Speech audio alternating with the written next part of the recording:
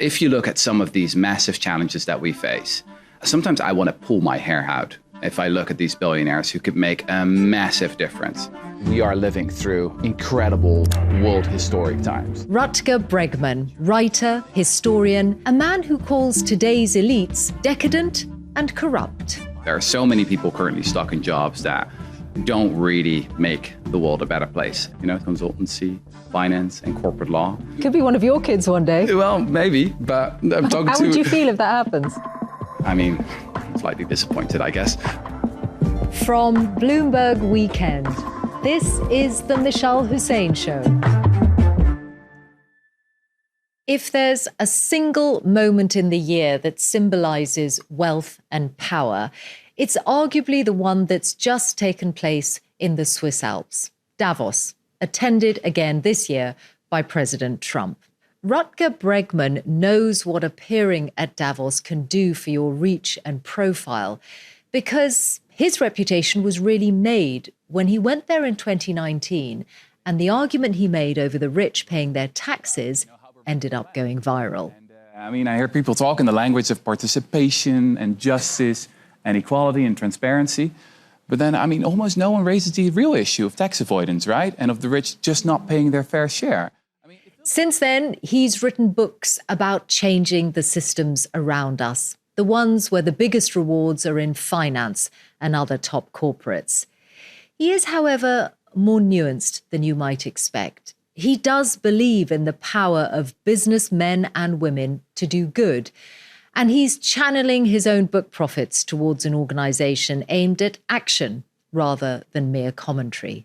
What you're about to hear is a particularly wide-ranging conversation where we pivot from one topic to another because Rutger Bregman does have a lot of views on almost everything that's happening around us.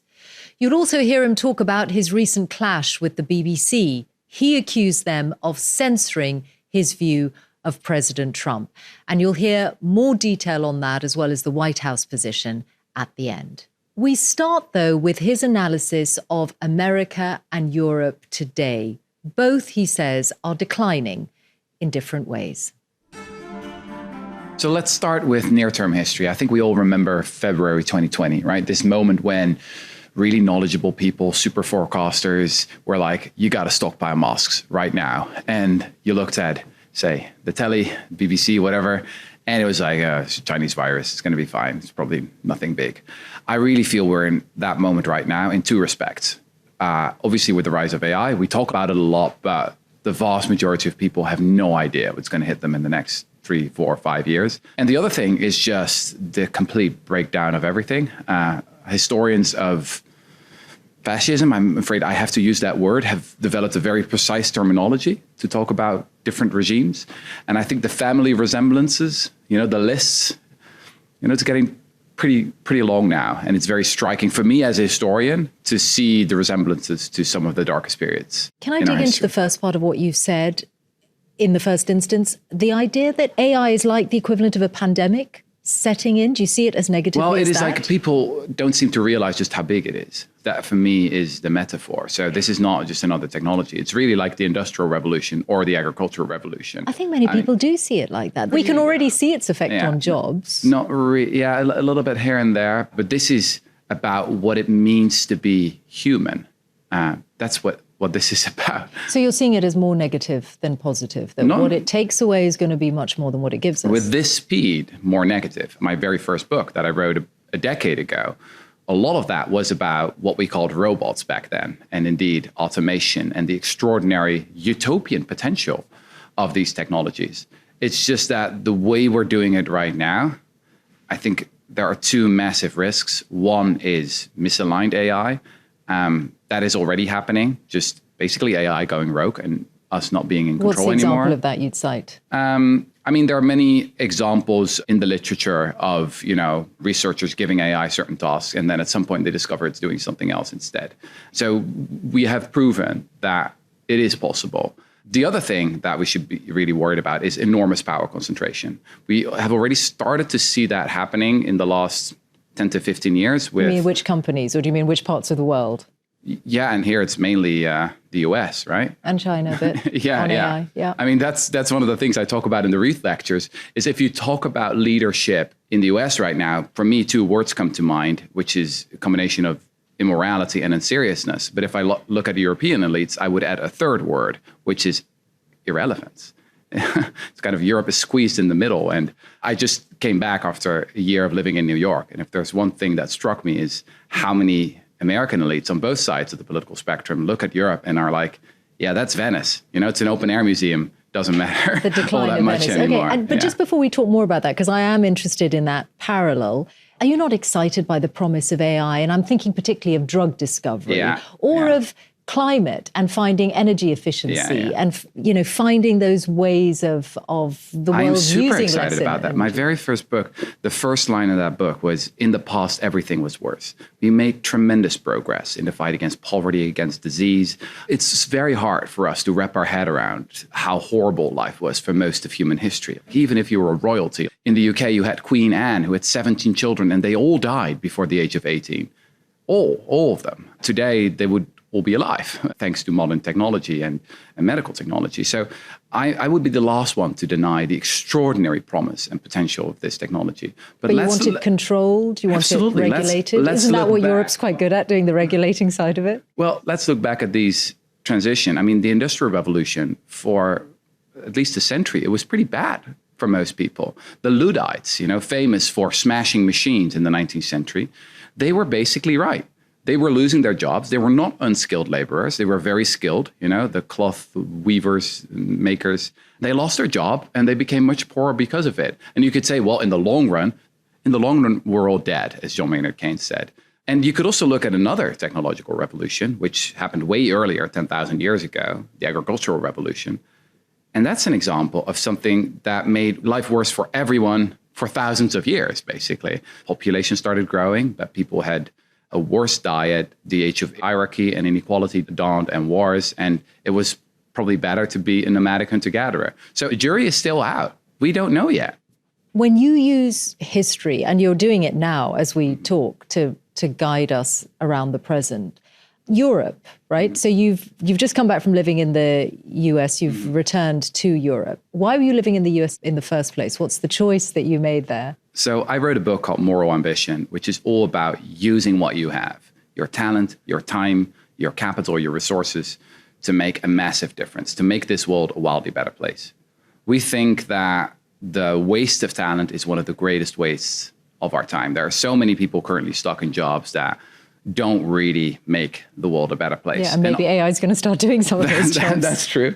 And honestly, also after a decade of basically being a pundit, I was a bit fed up with myself. You know, here I was. What did you do in the States? I quit my job and I co-founded an organization called the School for Moral Ambition. And we like to see ourselves as the Robin Hoods of talent. So we recruit the most talented people we can find that in another life would go on and work at a hedge fund or, I don't know, McKinsey, JP Morgan. And instead, we convince them to work on the most pressing issues that we face as a species: AI safety, pandemic prevention, global poverty, climate change, you name it. We believe that the most ambitious people ought to be working on the most pressing problems. So, that's why I was there. We built the US chapter. We just launched our first fellowship at Harvard. I think you're partly funded by philanthropy, aren't you? And yet you're pretty harsh on philanthropy. Yeah, most of them, In your writings, you're clearly quite subjective in which philanthropists you like and which you don't. Absolutely. Are you only like the ones who fund your kind of work? Well, look, if you give money to let's say a hedge fund masquerading as a university, for example, no, I'm not very impressed with you. A lot of philanthropy is BS, is PR, is whitewashing your motivation, your reputation. Sorry. Places like Harvard funds scholarships a lot of the time for students who couldn't otherwise afford to go there. And really big buildings, obviously. I mean, look at the size of that endowment.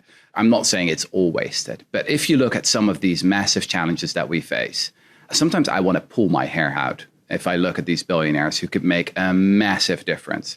I recently spoke to Nick Allardyce of Give Directly, which is one of the greatest NGOs in the world. You know, they have found the way to tackle global poverty, which is just give people money. There's enormous amounts of evidence now that works. There are thousands of people, thousands of billionaires in the world who could call up Nick Allardyce right now and say, let's pull Malawi out of poverty. And they would, I mean, that would be, I don't know, a year in the stock market for them in terms of what it will cost. So yes, I'm quite critical of a lot of wealthy people because I think they ought to be doing way more, especially as we face a public crisis, so many massive challenges that are so neglected. So is European leadership in a better place than American leadership? No, not today? really. No. Well, you could say that like the decadence, the corruption is not as bad. I mean, I think in the US, we really see the collapse of democracy, and it is really unclear whether we will have free and fair elections in 2028. I mean, people like Steve Bannon are very openly talking about a third term. If you listen to people like Stephen Miller, basically the prime minister in the US right now, it's an entire worldview that believes that if you have the power, you can just do whatever you want. Trump himself literally saying, the only check on what I do is my own head. It's my own morality. Yeah, he's used executive power a lot, and there are challenges to it, but a lot of them have failed, and the Supreme Court has the makeup that it has. Why do you say that you don't think Europe is much better? Because we're also at a moment where we're seeing America project military might or threaten to project its military might in more than one part of the world. And you see Europe, which is a place where most countries are part of an alliance against Russia, supporting Ukraine. That's true.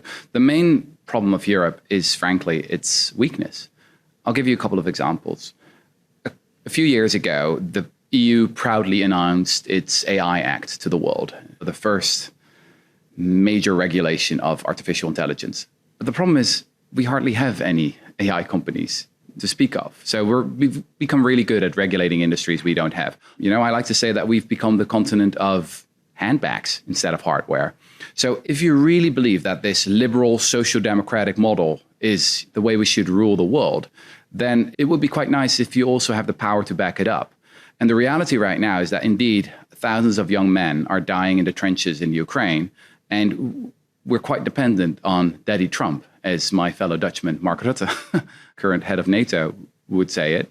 And that's an embarrassing and painful position to be in, but it is the reality. But I imagine that someone from your background also has qualms about the pivot in European budgets towards more military funding, which is because of Ukraine and in the face of what's happening with Russia. So how do you square that? I don't have those qualms. The only thing I worried about is that we're mainly spending that money to buy more American weapons while we should have those industries ourselves. So you think if Europe manufactures weapons rather than handbags, that's a better place for Europe to be in? Absolutely, yeah. If there's one thing we can learn from history is that values and ideals are worth very little if you don't have the power to back them up. In this book, I talk a lot about the British abolitionists. Abolitionism was a failure pretty much everywhere. In the Netherlands, in Spain, in Portugal, in the US, it hardly took off. Britain was different. Here it became a massive movement. In 1807, the slave trade was abolished after hundreds of thousands of people had signed petitions, joined consumer boycotts. But then what happened is that the British Royal Navy was able to force 80% of other countries to stop slave trading as well. Like power mattered in that respect. Politics is for power. You tell that very inspiring story in your book, and you pick other inspiring stories like those who resisted the Nazis. So what is the equivalent today? Who do you see that gives you hope? For us, it's easy to look back on the moral atrocities of the past, right? I think most people watching this will be like, yeah, slavery was really bad and child sacrifices and witch hunts. But, you know, someday historians will look back on us. And maybe by pure coincidence, we're the first civilization that has figured it all out and we're like the good people. I would say that's rather unlikely. There are still things going on that are absolutely horrific. The way we treat animals is probably the most obvious example. You're a vegan, I think. Yeah, I am, but I don't think that's my big contribution to making the world a better place. I mean, for 50 years, vegans have shouted, go vegan. Didn't make a big difference. But it's a personal commitment in line with what you're saying. Sure. But the real personal commitment would be building a movement, actually achieving results, because we need a mix here of lobbying, of new technologies, of alternative proteins. I think one of the problems that happened in my world, so many people, progressives, liberals on the left, they are obsessed with their own environmental footprint. They don't eat meat, they don't fly, they don't even have kids. But the problem is that if you do everything right in that scenario, then your footprint is zero. You might as well have died. That's not really how we are going to save the world. But my question was where your sources of hope are, right? So is it people Is it anyone who's coalescing or building some kind of community around a cause you support? So my dad is a minister. I grew up, sitting in the church on Sunday, hearing the answers to the 5 great questions of religion. Who are we as a species? Where do we come from? Where do we go? How should we live? And what is sacred?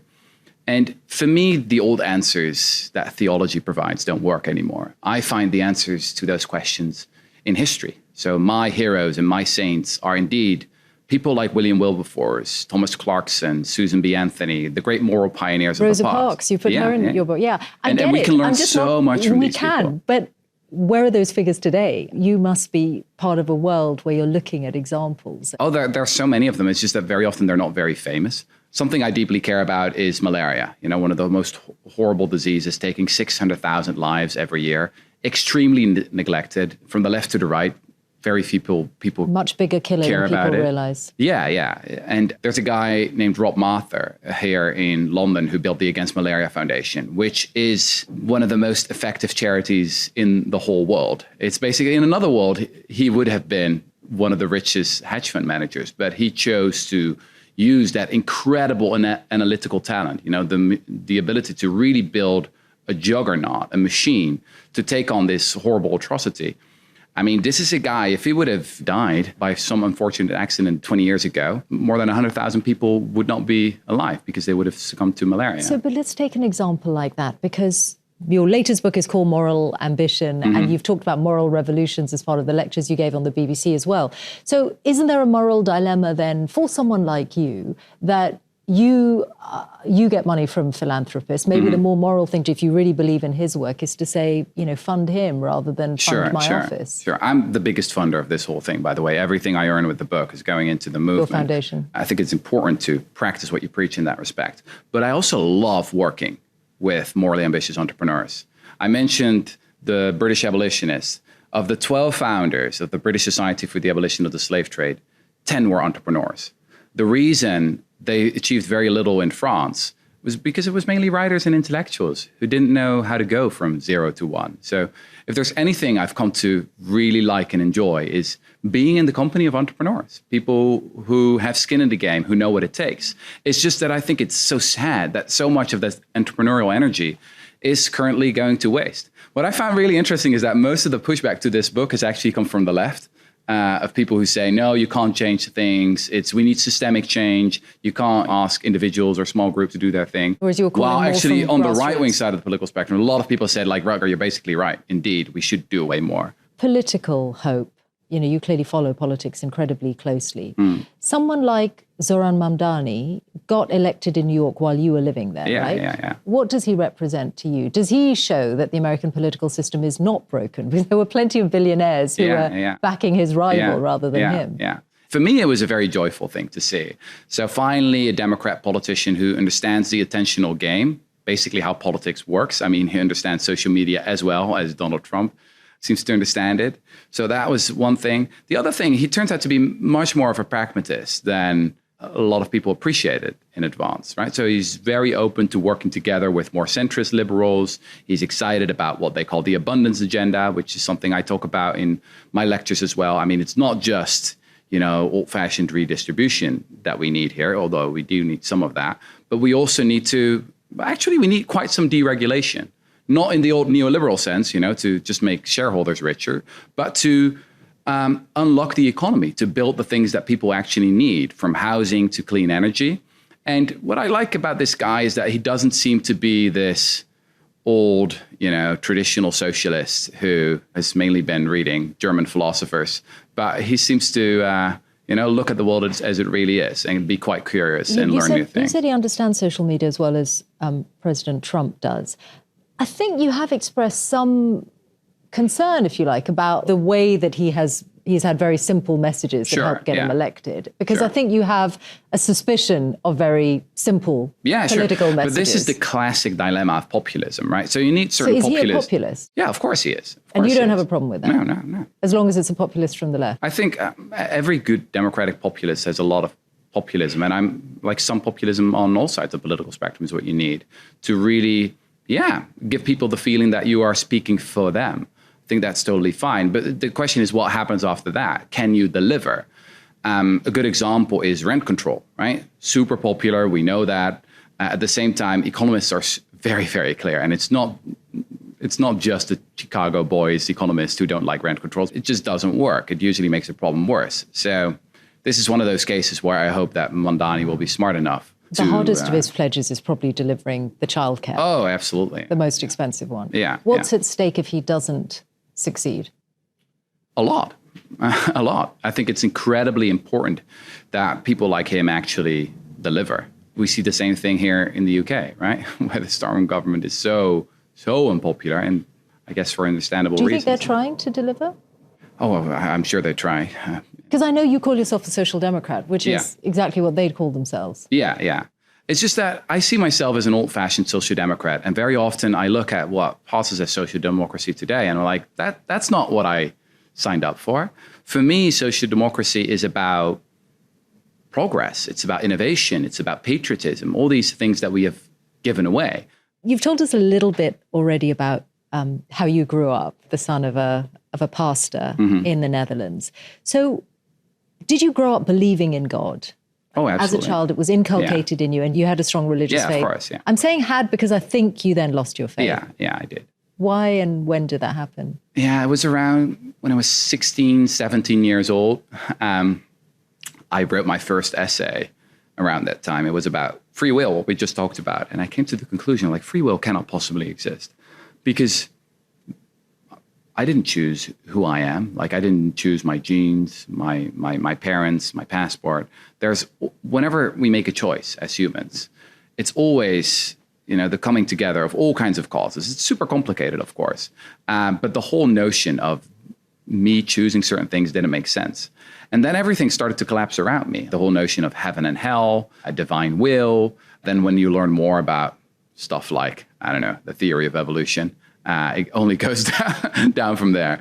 But I have been, instilled with this notion that these big questions of religion are important. And I think today there are a lot of people in this city, in this country, around the world, walking around with a hole in their soul, really a God-shaped hole, if you will. They miss something, and we got to fill that. What did it do to your relationship with your parents when you decided you didn't believe anymore? My parents are the loveliest people. So I had some fights with my dad, but the problem is he has a PhD in poetry. So his view of religion is that, it's like one big metaphor or something. So I would come up to him and say, Dad, did Jesus die on the cross for our sins, yes or no? Give me an answer, 10 seconds. And he would be like, get out of here, don't ask me such vulgar questions.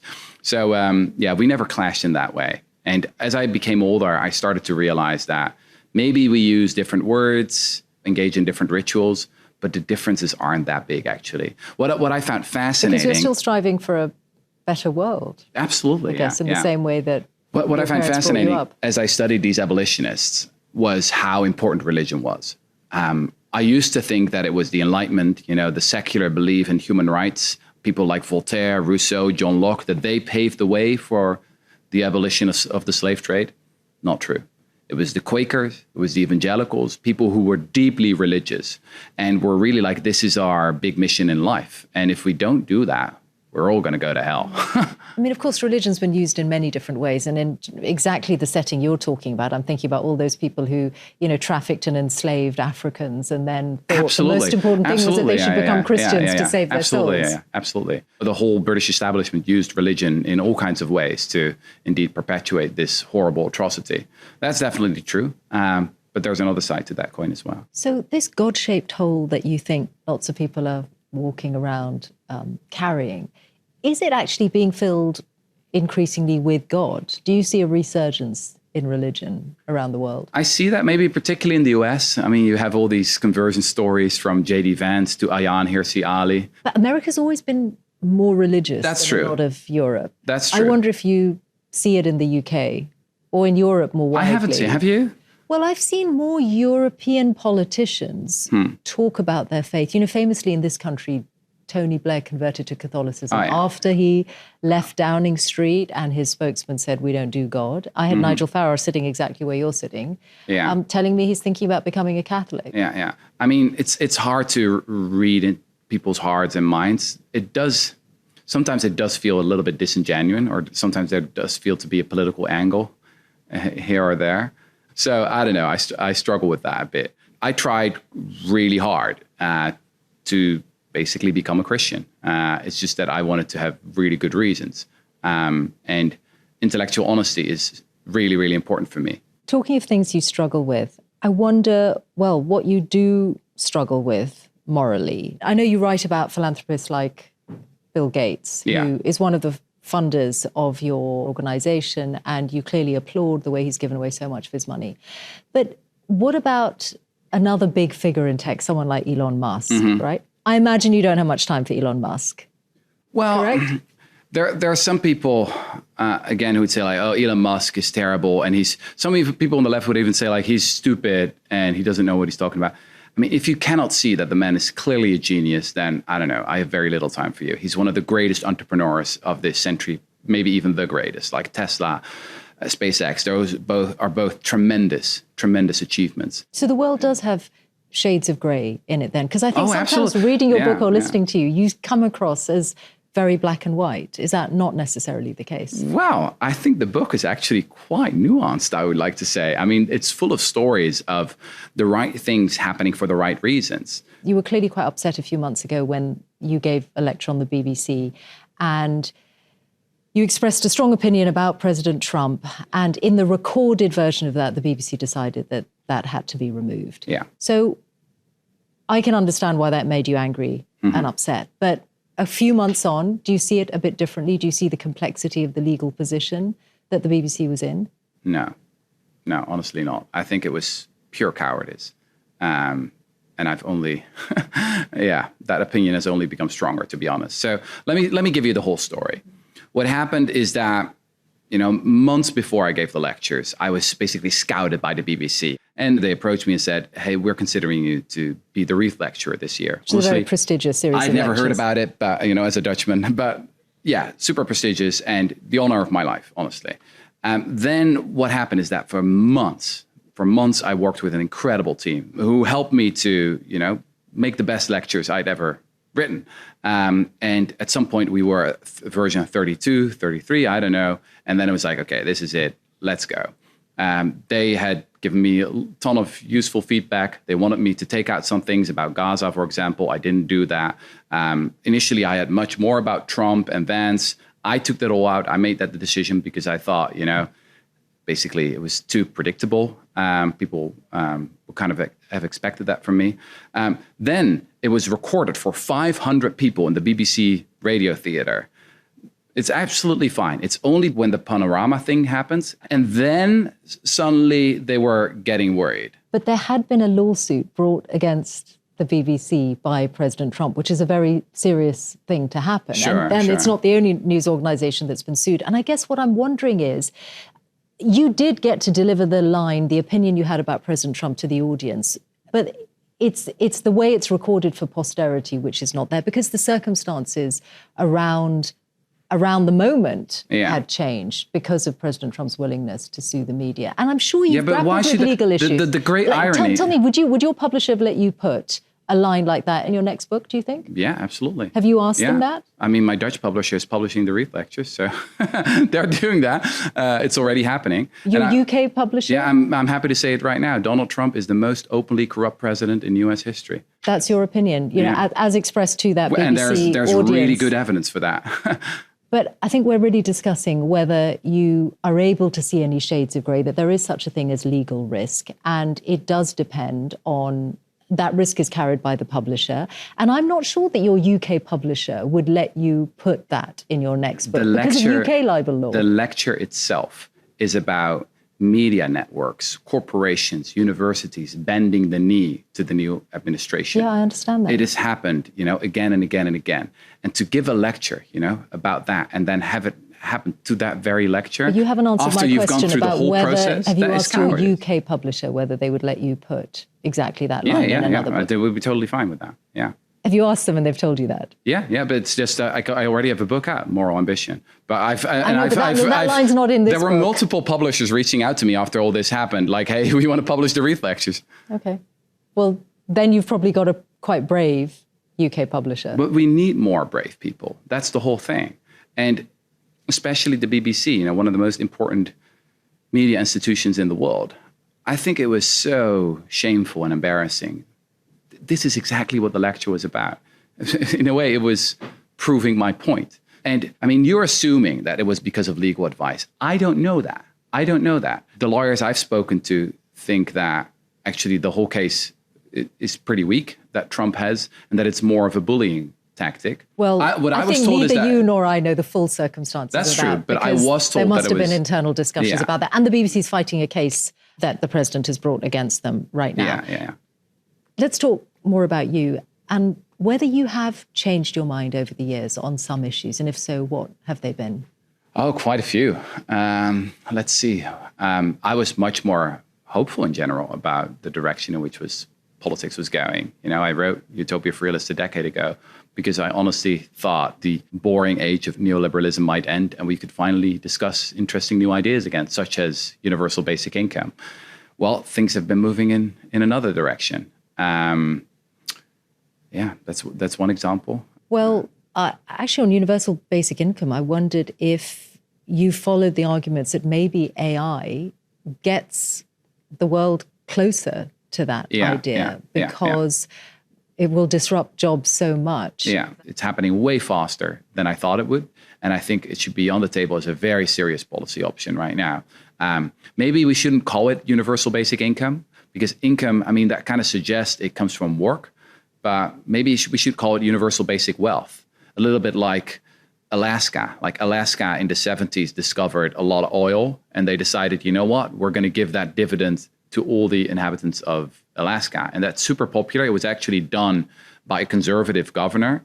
And if you would suggest to take that down in Alaska today, you won't be in office for long. So I think we need something like that because we need to find ways to distribute the massive bounty of AI. And otherwise, what you get is just, a new form of feudalism, if we're not already there. Would you like to be a political advisor or even be in politics yourself?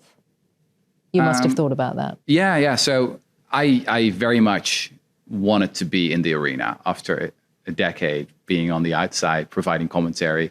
I was looking in the mirror. I didn't really like what I saw. And we talked about entrepreneurs. And I developed this emotion that I like to call moral envy. I was just jealous of the people who were actually trying things, taking hits, falling, standing back up. You mean in business, not politics? In business, in politics, anyone who pays the price for their mistakes.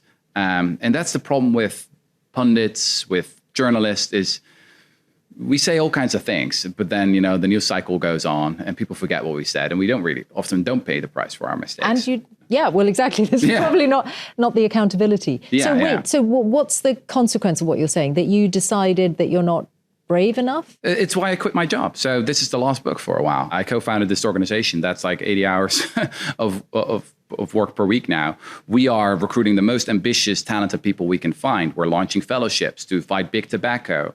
We're launching a tax fairness fellowship this year to find some of the most radical nerds, the best legal and financial minds to lobby for a global billionaire tax, which is very necessary. We are working to accelerate the transition to sustainable proteins. I would love to launch an AI safety fellowship this year as well. So it is a bid for power, just power of a different kind. Or it is power absolutely beyond influence. Yeah. I think that politics is for power and ideals are worthless if you don't back them up with the actual strength. In that sense, Stephen Miller is right. I just think that the purpose of power is to do good, to use what you have, to, follow in the footsteps of the great moral pioneers who came before us. So now you sound really energized, whereas earlier on you said you were mentally in a darker place, or the world was in a darker place than you thought 10 years ago. Yeah. I think those two things are fundamentally connected. If there's one thing that I've believed my whole career, it is that small groups of thoughtful, committed citizens can change the world, as Margaret Mead said. And she said, it's the only thing that ever has. So that is exactly what we need right now. We need small groups of really committed people who are willing to ignore the script that was written for them by some other people and go on their journey and do the right thing. A friend of mine studied at Oxford, and he always talks about the Bermuda Triangle of talent. So many talented young people going into consultancy, finance, and corporate law. And Could be one of your kids one day. Well, maybe, but I'm talking How would you feel if that happens? I mean, I'm slightly disappointed, I guess. But, we're talking to a lot of these young people right now, both at Harvard, at Oxford, and many of them are so excited to live a different kind of life. Read the application essays they write, when they come in. It's all about tackling poverty, tackling big diseases, etc. But then something happens along the way. They are ruthlessly funneled into these cubicles. And yeah, it's kind of sad. We have only one life on this planet. So the message that performed best at Harvard was, you didn't fight your way into Harvard to end up in a job. So we're having a lot of fun with this. So you're on a new journey, on a new sense of mission. This conversation is part of Bloomberg Weekend. Mm-hmm. And I wondered where your best thinking comes from, or when it happens. Is it at the weekend? Is that when you get like some clear space to think? Yeah, I think... Maybe not with young children. Yeah, I think, to be honest, it's in the shower. Sometimes I need too many showers in a day because it's like the place where I can think best. And it's not great for your skin. But it's where you're on your own. Maybe it's really those kind of moments, or during a walk, when you can really take the time to order your thoughts. I think that's when it happens, yeah. Rutger Bregman, thanks so much for talking to us. Thanks for having me. Before we close this episode, some further detail and context around Rutger Bregman's allegation of corruption against President Trump. Bregman's called his view defensible and plausible, and cited a New Yorker calculation from August 2025 of what it called the Trump family's profiteering from the presidency. White House spokeswoman Caroline Leavitt has said it's absurd for anyone to insinuate that the president is profiting off the presidency. The BBC responded to Bregman's allegation of censorship by saying this: all of our programmes are required to comply with the BBC's editorial guidelines, and we made the decision to remove one sentence from the lecture on legal advice.